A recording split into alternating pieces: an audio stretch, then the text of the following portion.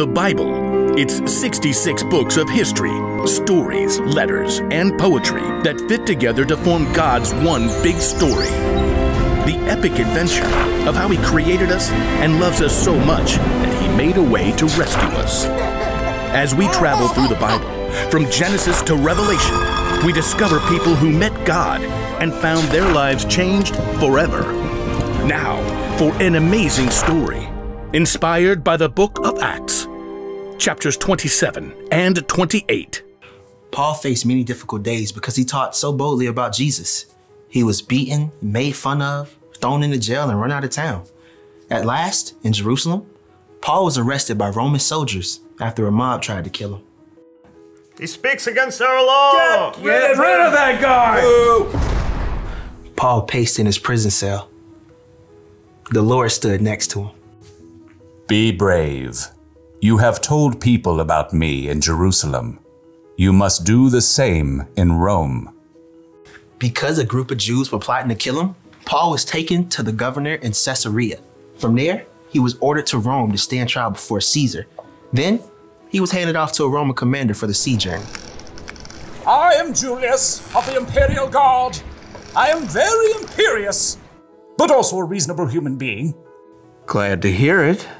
Julius allowed Paul to visit with friends as they stopped at the port city of Sidon.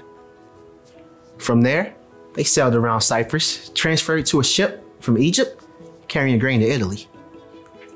The ship fought against the wind for many days until they arrived in a town on the island of Crete called Fair Havens. It was already well into October, a risky time for sea travel. Men, I can see that our trip is going to be dangerous. The ship will be lost, and our own lives will be in danger. A reasonable concern. The pilot and ship's owner wanted to reach a better harbor for the winter. Pish posh. We can make it to Phoenix. Well, Feel that? Gentle southerly breeze. Perfection. we leave at once. Anchors away! But very soon, the gentle breeze transformed. Within a short time, the wind beat against the ship with the strength of a hurricane. The pilot gave up fighting the gale. Hoist the lifeboat! Secure ropes around the bow! Jettison the cargo! In the midst of the chaos, the Lord sent an angel to Paul. The next morning, Paul withstood the storm to encourage the crew and passengers. 276 people. First, not to say I told you so, but I told you so. Second, not a problem. Last night an angel from God told me, do not be afraid, Paul. You must go on trial in front of Caesar. God has shown His grace by sparing the lives of all those sailing with you. But we must run the ship onto an island. On the 14th night of the storm, the sailors realized they were nearing land. The water's only 90 feet deep here. Drop the anchor! The crew was so afraid of crashing against the rocks that they lowered the lifeboats, planning to escape and leave the passengers. Julius, these men must stay with the ship. If they don't, you can't be saved. A reasonable request. Cut the ropes. The soldiers cut the ropes so the crew could not escape. Just before dawn, Paul gathered everyone on board, shouting above the wind. Not a problem. None of you will lose a single hair from your head. Now, I'm asking you to eat so you can live. Paul took bread and thanked God. He then broke the bread and ate it. Everyone was filled with hope while they had some food to eat as the gray morning dawned. There's the beach! Lift the anchors and we'll run her aground! But as the pilot steered desperately for shore, the ship hit a sandbar and began to break into pieces.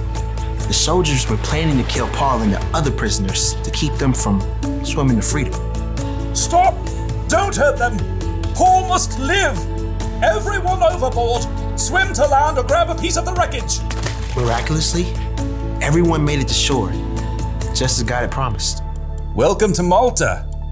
The people of Malta were unusually kind as they built a fire to welcome this large group of wet and stranded visitors.